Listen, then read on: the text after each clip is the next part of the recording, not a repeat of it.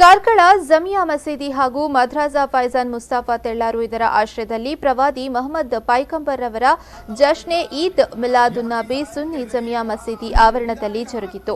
ಈ ಸಂದರ್ಭದಲ್ಲಿ ಮಸೀದಿಯಿಂದ ಹೊರಟ ಮಕ್ಕಳು ಹಾಗೂ ಮುಸ್ಲಿಂ ಬಾಂಧವರು ಪ್ರವಾದಿಯವರ ಶಾಂತಿ ಸಂದೇಶವನ್ನು ಸಾರುವ ಘೋಷಣೆಯೊಂದಿಗೆ ಮೆರವಣಿಗೆಯಲ್ಲಿ ಪಾಲ್ಗೊಂಡು ನಂತರ ಭಾಷಣಕಾರರಾಗಿ ಭಾಗವಹಿಸಿದ ಸಲೀಂ ಉದ್ದೀನ್ ಮಿಸ್ಬಾಹಿ ಮಾತನಾಡಿ, ಪ್ರವಾದಿಯವರ ಆದರ್ಶಗಳನ್ನು ನಮ್ಮ ನೈಜ ಜೀವನದಲ್ಲಿ ಅಳವಡಿಸಿಕೊಂಡು ಉತ್ತಮ ಮಾನವೀಯತೆಯಿಂದ ಬದುಕನ್ನು ಮೈಗೂಡಿಸಿಕೊಂಡು ಜೀವಿಸಿ ಯಾರಿಗೂ ತೊಂದರೆ ಅನ್ಯಾಯ ಆಗದೆ ಪ್ರವಾದಿ ಜನ್ಮದಿನಾಚರಣೆಯನ್ನು ಆಚರಿಸುವುದೇ ಈದ್ ಮಿಲಾದುನ್ನಬಿ ಎಂದು ಹೇಳಿದರು।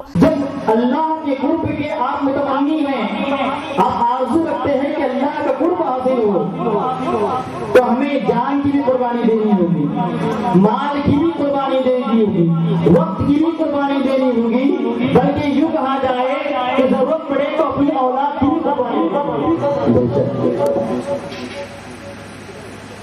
ये जज्बा अगर हमारे अंदर पैदा हो जाए तो फिर वही कुरूने गुस्सा का जो